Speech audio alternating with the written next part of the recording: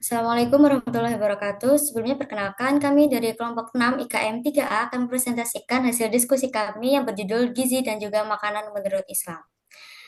Next.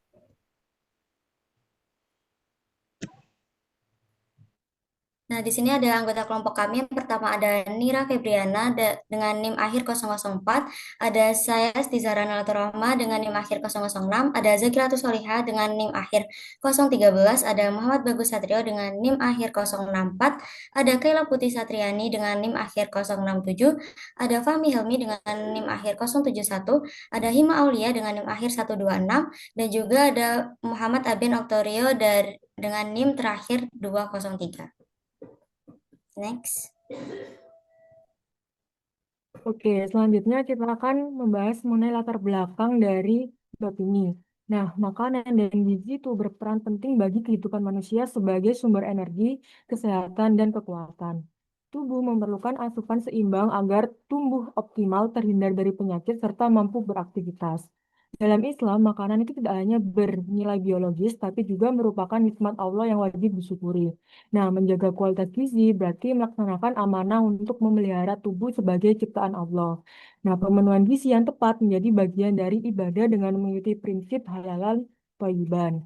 Nah, Islam sebagai agama yang syamil dan kamil mengatur seluruh aspek kehidupan, termasuk konsumsi makanan. Al-Quran dan hadis menekankan apa yang halal, haram, serta etika makan, seperti tidak berlebihan dan memilih makanan yang bermanfaat. Hal ini menunjukkan bahwa Islam memperhatikan kesehatan jasmani dan rohani sekaligus keberkahan hidup. Namun, arus globalisasi dan tren kuliner modern membuat pola konsumsi umat Muslim sering bergeser dari prinsip halal thayyiban. Perubahan perilaku setelah pandemi, maraknya makanan cepat saji, serta pola hidup konsumtif memicu masalah kesehatan seperti obesitas dan diabetes. Nah, hal itu menunjukkan adanya kesenjangan antara ajaran Islam dan praktik konsumsi masa kini. Karena itu, penting bagi Islam meninjau kembali prinsip gizi sesuai ajaran Islam. Pemahaman halalan thayyiban membantu memilih makanan sehat sekaligus memberi ketenangan batin karena sesuai perintah Allah. Nah, kajian gizi dalam perspektif Islam relevan untuk membangun kesadaran umat dalam menjalani pola makan sehat yang seimbang antara jasmani dan rohani. Next.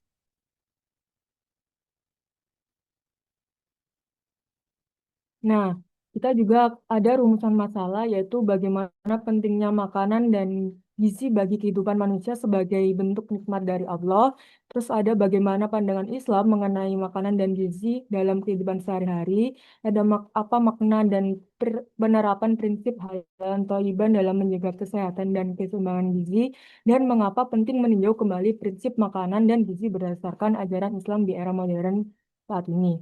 Nah, tujuannya adalah menjelaskan pentingnya makanan dan gizi sebagai karunia Allah yang harus dijaga dan disyukuri, mengetahui pandangan Islam tentang makanan dan gizi dalam kehidupan sehari-hari, memahami konsep halalan thayyiban sebagai pedoman konsumsi dalam Islam, dan meningkatkan kesadaran umat Islam agar mampu menerapkan prinsip gizi dan makanan yang seimbang, sehat, serta sesuai dengan ajaran Islam.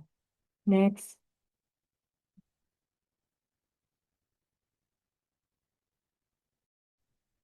Nah, selanjutnya kita akan membahas mengenai definisi dari gizi dan juga makanan menurut pandangan Islam. Nah, dalam Islam sendiri itu telah menganjurkan untuk mengonsumsi makanan yang sehat, di mana makanan yang sehat termasuk juga makanan yang halal dan bergizi, baik secara kualitas maupun kuantitas. Nah, dalam Islam, gizi itu berasal dari bahasa Arab yaitu giza, yang berarti makanan. Sedangkan ilmu gizi memiliki arti yaitu untuk membantu manusia dalam mengatur konsumsi sesuai dengan kebutuhan dan juga syariat. Di dalam Al-Quran juga telah ditekankan mengenai keseimbangan dalam mengkonsumsi makanan. Yang dimaksud keseimbangan di sini merupakan tidak berlebihan dan juga tidak kekurangan. Nah, makanan dalam Islam itu berasal dari kata ta'am, yang artinya yaitu mencakup segala sesuatu yang dapat dimakan dan juga bermanfaat bagi tubuh dan jiwa. Nah, yang dimaksud dengan makanan halal atau thayyibah yaitu yang pertama adalah Kata halal atau halalan itu memiliki arti halal. Pengertian dari halal sendiri merupakan membolehkan sesuatu, di mana dalam Quran surat Al-Baqarah ayat 168, yaitu bahwa penjelasan mengenai pembatalan keharaman beberapa makanan yang telah mereka haramkan atas diri mereka sendiri dan menghalalkan makanan yang sebenarnya telah diharamkan oleh Allah.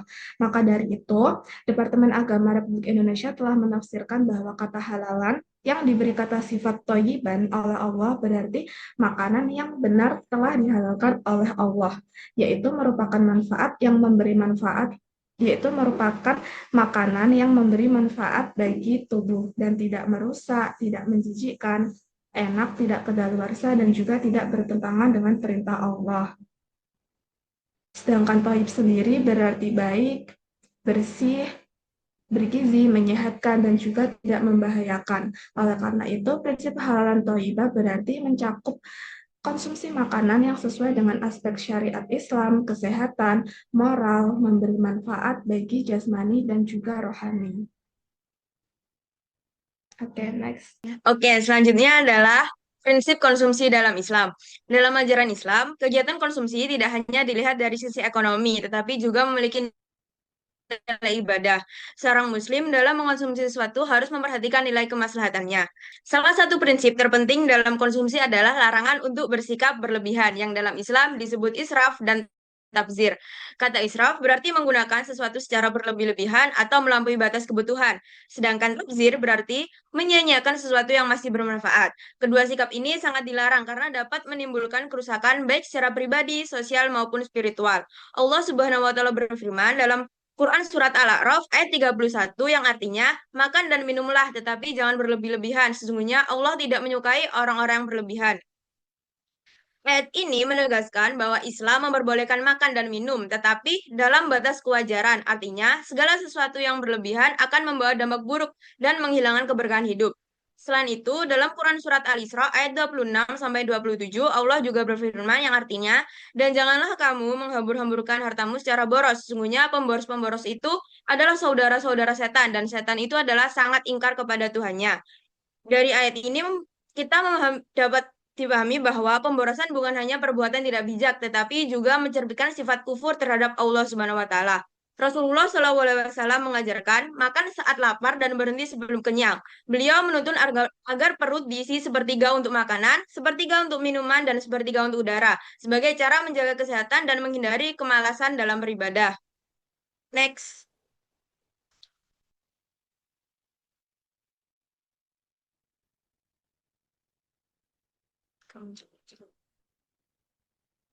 Oke, yang selanjutnya adalah etika makan. Islam bukan cuma mengatur apa yang boleh dimakan, tapi juga bagaimana cara makan dan dari mana makanan itu berasal. Prinsip utamanya adalah halalan toiban, yang artinya makanan itu harus halal dan baik. Halal dari segi hukum Islam dan baik dari segi kebersihan, gizi, dan serta manfaatnya. Dalam surat Al-Baqarah ayat 168, Allah berfirman yang artinya, "Wahai sekalian manusia, makanlah dari apa yang halal lagi baik di bumi dan janganlah mengikuti langkah-langkah setan." Dari ayat ini kita bisa tahu bahwa makanan yang halal harus didapat dengan cara yang benar, bukan dari hal yang haram dan juga harus bermanfaat buat tubuh kita. Nabi Muhammad SAW mengajarkan beberapa adab makan, seperti membaca basmalah sebelum makan, menggunakan tangan kanan, makan tidak meniup makanan yang panas, tidak mencela makanan, dan juga berhenti sebelum kenyang. Next. Selanjutnya, saya akan menjelaskan jenis dan sebab makanan halal haram. Yang pertama ada halal zatnya. Maksudnya, bahan dasar dari makanan tidak termasuk yang diharamkan oleh Allah dan berasal dari zat yang suci serta tidak najis. Contohnya, sayuran, buah-buahan, atau hewan seperti sapi dan ayam yang disembelih dengan menyebut nama Allah dan sesuai dengan syariat Islam. Hal ini sejalan dengan Surat Al-Baqarah ayat 168 yang menjelaskan bahwa seseorang muslim diperintahkan untuk memilih makanan yang tidak hanya halal, tapi juga baik bagi tubuh dan kesehatan. Lalu yang kedua ada halal cara memperoleh dan prosesnya. Artinya, makanan tidak cukup hanya dilihat dari bahan dasarnya, tapi juga dari bagaimana cara mendapatkannya dan bagaimana proses pembuatannya. Contohnya, makanan dari hasil kerja yang halal, bukan dari penipuan, riba, atau korupsi. Rasulullah Shallallahu Alaihi Wasallam bersabda, sesungguhnya Allah Maha Baik dan tidak menerima kecuali yang buruk.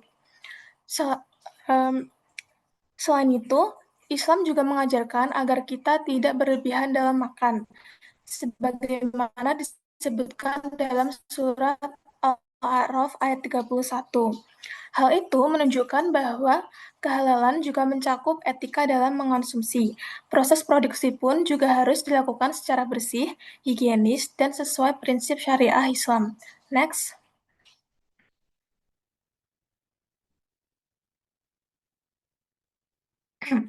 Selanjutnya ada haram zatnya. Hal ini mencakup makanan yang memang diharamkan secara tegas oleh Al-Quran, seperti daging babi, darah, dan bangkai. Dalam surat Al-Maidah ayat 3, Allah menjelaskan secara rinci tentang larangan tersebut. Selain karena alasan agama, penelitian ilmiah modern juga membuktikan bahwa bahan-bahan seperti darah dan bangkai berisiko tinggi membawa penyakit dan racun berbahaya bagi tubuh manusia. Jadi, larangan ini bukan hanya soal ibadah, tapi juga bentuk perlindungan Allah terhadap kesehatan manusia. Lalu yang kedua ada haram cara memperoleh dan prosesnya. Makanan yang asalnya halal bisa berubah menjadi haram kalau diperoleh dengan cara yang tidak benar, misalnya korupsi, mencuri, atau memasukkan produk. Rasulullah menjelaskan bahwa doa seseorang tidak akan dikabulkan jika makanan berasal dari hal yang haram. Dalam konteks modern, hal ini mencakup proses produksi yang tidak sesuai standar, misalnya tercampur bahan non-halal, menggunakan alkohol, atau memakai logo halal palsu. Karena itu, keberadaan sertifikasi halal dari lembaga resmi seperti MUI di Indonesia sangat penting untuk memastikan bahwa produk benar-benar halal dan aman dikonsumsi. Next. Oke, kita next masuk ke ayat Al-Quran dan hadis. Nah, jadi di sini kita akan membahas landasan hukum terkait konsep gizi menurut Islam, lalu ada prinsip komunikasi, makanan halal dan toyib, serta etika makan yang diajarkan dalam Al-Quran dan hadis. Nah, pertama saya akan membahas mengenai etika makan, ayat Al-Quran dan hadis yang terkait tadi tentang etika makannya itu yang pertama terdapat dalam Quran surat Al-A'raf ayat 31 yang tadi sudah disebutkan oleh teman saya sebelumnya yang berbunyi kulu washrobu wala tusyrifu innahu la yuhibbul musyrifin. Nah, yang berarti makan dan minumlah tetapi jangan berlebih-lebihan. Sesungguhnya Allah tidak menyukai orang-orang yang berlebihan. Jadi sudah jelaslah kita bisa menggarisbawahi kata al-israf yang dimana sesungguhnya Allah tidak menyukai orang-orang yang berlebihan. Jadi makanlah dan minumlah secukup-cukupnya. Jangan sampai kita kurang kenyang, jangan sampai kita kenyang banget. Jadi kita ambil tengah-tengahnya. Nah, lalu ada hadis riwayat nih yang diriwayatkan oleh Al-Bukhari dan Muslim yang berbunyi qala Rasulullah sallallahu alaihi wasallam, ya gulamu samillaha wa qul biyaminika wa qul mimma yalika. Yang artinya Rasulullah sallallahu alaihi wasallam bersabda, ya wahai anak kecil, sebutlah nama Allah atau bismillah, makanlah dengan tangan kananmu dan makanlah dari yang dekat denganmu. Nah, di sini kita juga melihatlah bahwanya hadis riwayat yang diriwayatkan oleh Al-Bukhari dan Muslim menjelaskan ambillah makanan dari tangan kananmu karena ya kanan itu sunnah lah.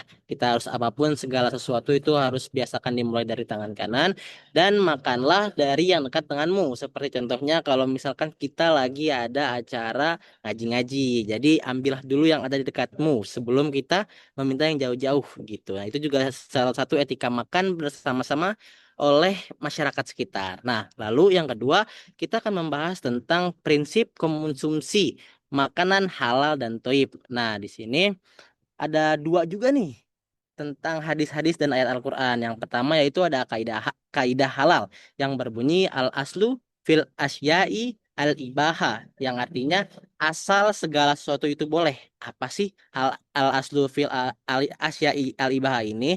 Nah, jadi sebenarnya sesuatu hal itu tuh boleh aja atau halal aja asalkan tidak ada dalil yang mengharamkan.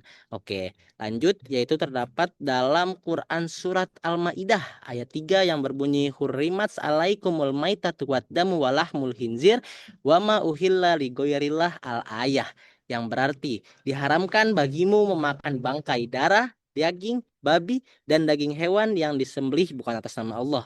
Nah, di sini kita sudah menjelaskan prinsip konsumsi makan halal dan toyib. Yang pertama ada halal. Tadi yang pertama yang berbunyi al aslu fil al asyai al ibaha, yang artinya segala sesuatu halal atau boleh asalkan tidak ada dalil yang mengharamkan.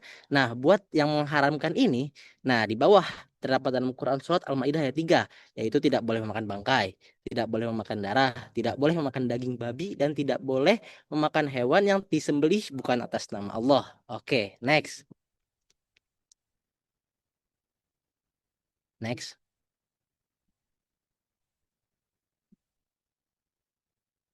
Nah, selanjutnya kita akan yang membahas yang ketiga, yaitu terkait konsep makanan bergizi dalam Islam. Nah, di sini terdapat ada dua nih Quran surat Al-Quran. Yang pertama yaitu Quran surat Al-Quran tentang Al-Baqarah ayat 168 yang berbunyi ya ayyuhan nasu kulu mimma fil ardi halalan thayyiban wala tattabi'u khutuwatis syaiton innahu lakum aduwwum mubin. Nah, yang berarti wahai manusia, makanlah sebagian makanan di bumi yang halal lagi baik dan janganlah mengikuti langkah-langkah setan, sesungguhnya ia bagimu merupakan musuh yang nyata. Lalu yang kedua terdapat dalam Quran surat An-Nahl ayat 14 yang berbunyi faqulu mimma razaqakumullahu halalan thayyiban washkuru nikmatallahi in kuntum iyyahu ta'budun, yang berarti maka makanlah yang halal lagi baik dari rezeki yang telah diberikan Allah kepadamu dan syukurilah nikmat Allah jika kamu hanya menyembah kepadanya saja. Nah, di sini teman-teman bisa menggarisbawahi atau melihat poinnya lah, yaitu terdapat di halalan thayyiban, yang halal lagi yang baik. Nah, jadi kenapa di sini saya menyambungkan halalan thayyiban ke konsep makanan bergizi dalam Islam, dan kenapa kelompok kami memilih surat-surat tersebut, dikarenakan makanan bergizi itu adalah makanan yang halal atau makanan yang toib, yang baik, yang bisa dikonsumsi oleh semuanya. Jadi, asalkan makanan-makanan itu lagi baik, bersih, sehat untuk kesehatan tubuh, maka itu sudah menjadi makanan bergizi yang toib buat bisa kita masukkan ke dalam perut kita gitu. Next. Nah, selanjutnya di sini ada relevansi atau hubungan penjelasan dari yang landasan-landasan hukum atau ayat dan dalil Al-Quran yang tadi saya sudah sebutkan gitu. Apakah relevan gitu? Nah, yang pertama yaitu Islam mengajarkan makan dengan menyebut nama Allah, menggunakan tangan kanan dan memilih makanan yang dekat sebagai adab makanan yang baik. Nah, itu tadi yang saya sudah jelaskan. Kalau dalam acara lagi ngumpul-ngumpul pengajian, ambillah yang dekat terdahulu dan ambillah dengan tangan kanan maupun makan pas ke mulutnya itu pakai tangan kanan. Walaupun semisalkan nih contoh dari minum. Kalau misalkan tangan kanan kita penuh terus kita minum pakai tangan kiri. Nah, itu sebenarnya tidak boleh. Jadi kalau misalkan emang tangan kanan kotor dan tidak bisa menyentuh gelas, itu pun kita tangan kanannya pun ditaruh di sini pun nggak apa-apa. Asalkan ada tangan kanan. Jadi walaupun kita nggak bisa pakai telapak, terus kita minum pakai tangan kiri, itu tuh tidak apa-apa. Asalkan tangan kanannya ada walaupun hanya menyentuh. Nah, itu ilmu dikit-dikit buat teman-teman. Lalu yang kedua, yaitu ada Al-Quran melarang berlebihan dalam makan dan minum karena Allah tidak menyukai orang-orang yang israf. Nah, israf itu emang ya entah tidak dalam makanan saja gitu. Israf juga tadi sudah disebutkan dalam entah makanan, dalam harta ataupun itu Allah tidak menyukai orang-orang berlebihan. Jadi secukupnya saja. Lalu yang ketiga, ada porsi makan ideal adalah sepertiga untuk makanan, sepertiga untuk minuman, dan sepertiga untuk udara agar tubuh tetap sehat dan kuat. Hadis riwayat At-Tirmizi. Nah, di sini adalah porsi sama aja kita masih tentang ngebahas israf yang sepertiga buat makanan, sepertiga buat minuman, dan sepertiga untuk udara. Jadi secukupnya saja. Lalu yang keempat ada makanan haram seperti bangkai, darah babi, dan hewan yang tidak disembelih sesuai syariat itu dilarang. Jadi benar-benar dilarang, jadi benar-benar haram. Jadi tidak bisa dimakan karena tidak sesuai dengan ketentuan hadis atau ayat Al-Quran yang sudah disebutkan gitu. Nah, lalu yang kelima, ada prinsip dasar bahwasannya semua yang di bumi pada asalnya halal. kecuali yang diharamkan secara eksplisit oleh Al-Quran dan hadis. Nah, ini juga tadi tentang kaidah itu al-aslu fil asyai al-ibaha, bahwasanya semua yang ada di sini, semua yang sudah disediakan itu sebenarnya halal saja atau boleh digunakan kecuali ada dalil yang mengharamkannya gitu. Lalu next yaitu ada tentang makanan halal harus toib, yakni bersih, sehat, dan bergizi, baik mendukung kesehatan jasmani dan rohani. Nah, ini tentang bahas gizi, yang dimana makanan itu yang halal atau harus toib itu, atau makanan yang bergizi dalam Islam itu tuh harus bersih, sehat, dan mendukung kesehatan jasmani dan rohani. Nah, lalu yang ke yang ketujuh, yaitu ada konsumsi makanan halal dan bergizi adalah bentuk ketaatan dan syukur kepada Allah yang memberikan nikmat. Jadi, intinya sih sebenarnya entah apapun itu kita harus menikmati dan mensyukuri. Nah, lalu yang kedelapan tentang israf lagi. Israf ya tadi sudah, janganlah berlebih-lebihan, secukupnya saja ya. Oke, next. Oke, baik. Jadi di sini saya akan menjelaskan tentang studi kasus yang kami ambil. Jadi kami mengambil bahan kajian yaitu dari restoran di Dekenteu, di mana restoran ini merupakan salah satu restoran di Bali yang menarik untuk dibahas karena menyajikan menu yang terdiri dari bahan halal dan juga bahan non halal sekaligus. Nah, restoran Didi Kinteo ini merupakan restoran bergaya oriental dengan sentuhan Thai fusion, di mana restoran ini cukup terkenal karena menghadirkan beragam cita rasa Asia yang memadukan berbagai bahan dan juga bumbu khas. Menariknya, restoran ini tuh menyesuaikan diri dengan karakteristik wisata kuliner di Bali yang bersifat multikultural. Nah, untuk itu, restoran Didi Kinteo ini menghadirkan dua kategori menu, yaitu menu halal dan juga menu non halal, agar bisa melayani selera pasar yang luas. Nah, hal yang cukup menarik dari restoran ini adalah cara pengelolaan dapurnya. Meskipun menyediakan dua kategori menu, restoran Didi Kinteo ini tetap memisahkan dapur halal dan juga dapur non halal. Peralatan masaknya pun juga dibuat terpisah sehingga risiko kontaminasi silang atau cross contamination ini dapat diminimalkan. Langkah ini menunjukkan bentuk kehati-hatian dari pihak restoran untuk menjaga kenyamanan pelanggan. Namun, meskipun sudah menerapkan sistem seperti tersebut, Didi Kinteo ini belum memiliki sertifikasi halal resmi dari MUI. Alasannya, karena konsep restoran ini memang ditujukan bagi pasar umum, bukan untuk khusus konsumen muslim.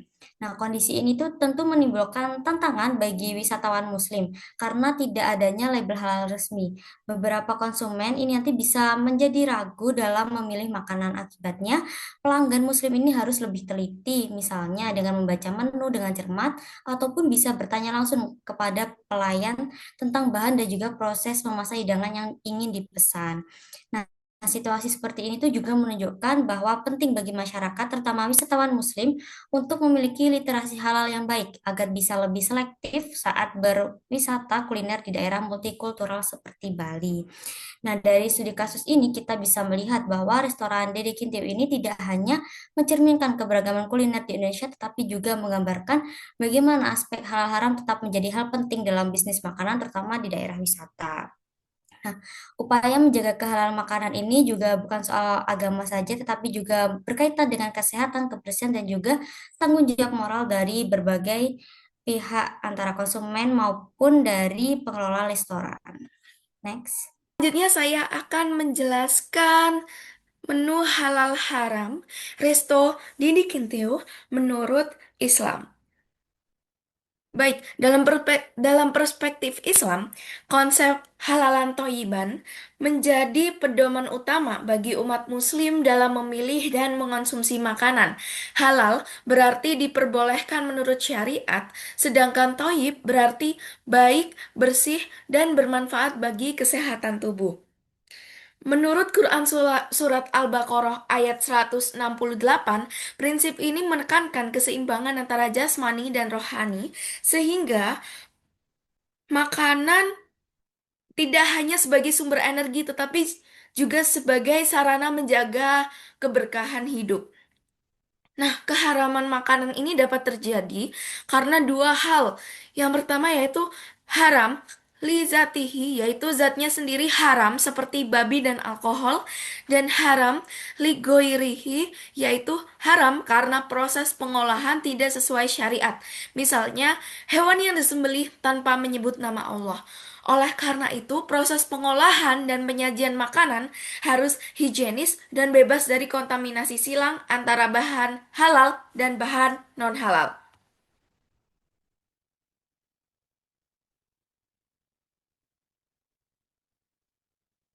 Kemudian, dari sisi kesehatan dan gizinya, prinsip Toyib dalam Islam sejatinya sejalan dengan prinsip ilmiah dalam kesehatan masyarakat. Nah, makanan Toyib adalah makanan yang aman, higienis, dan bergizi sehingga mendukung kesehatan tubuh. Menu non-halal seperti olahan daging babi mengandung lemak jenuh tinggi dan kolesterol yang beresiko meningkatkan penyakit jantung dan gangguan metabolik. Sebaliknya, menu halal seperti ayam, ikan, dan sayuran mengandung protein berkualitas dan asam lemak tak jenuh yang lebih menyehatkan tubuh. Dengan kata lain, makanan halal belum tentu sehat, tetapi makanan toyib selalu memenuhi unsur higienis, bergizi, dan aman. Kasus pada Resto Didi Kenteo, restoran di Bali ini menggambarkan penerapan prinsip ini. Restoran menyediakan menu halal dan non-haram dengan dapur dan alat masak terpisah untuk meminimalkan resiko kontaminasi. Namun, karena belum memiliki sertifikat halal MUI, status kesehatan makanan ini masih tergolong syubhat. Kejelasan label halal dan transparansi proses produksi ini menjadi faktor penting dalam membangun kepercayaan konsumen Muslim.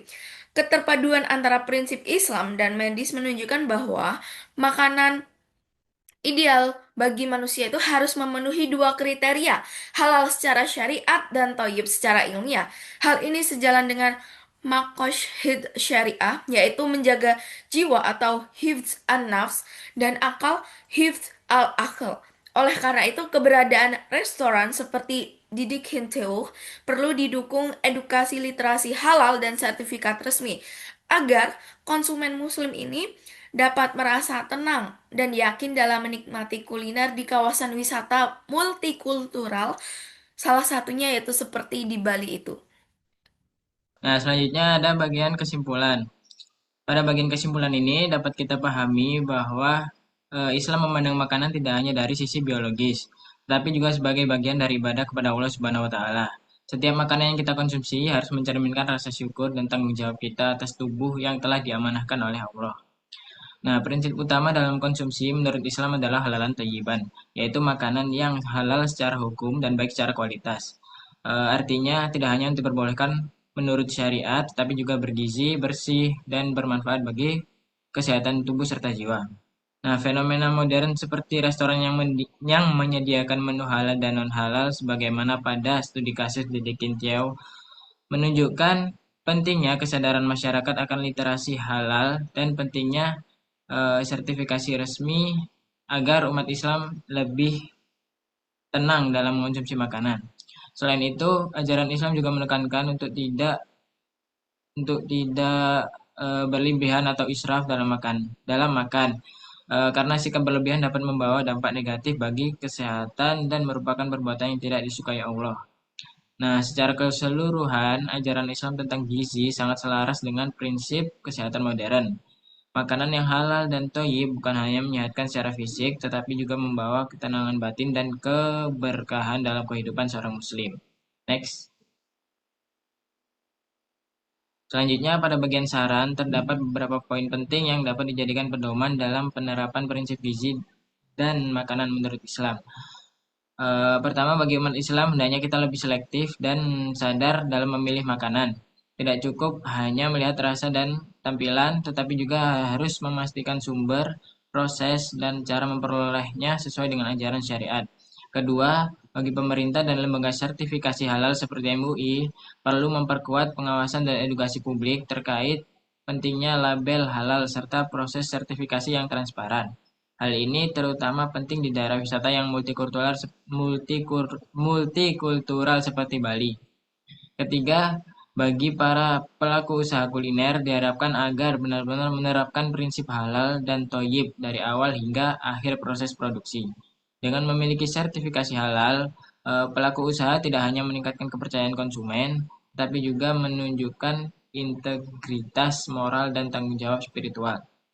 Terakhir, bagi dunia pendidikan, penting untuk terus mengembangkan kajian yang mengintegrasikan ilmu gizi dengan nilai-nilai Islam. Melalui pendidikan, generasi muda dapat membangun kesadaran akan pentingnya pola makan yang sehat sekaligus bernilai ibadah.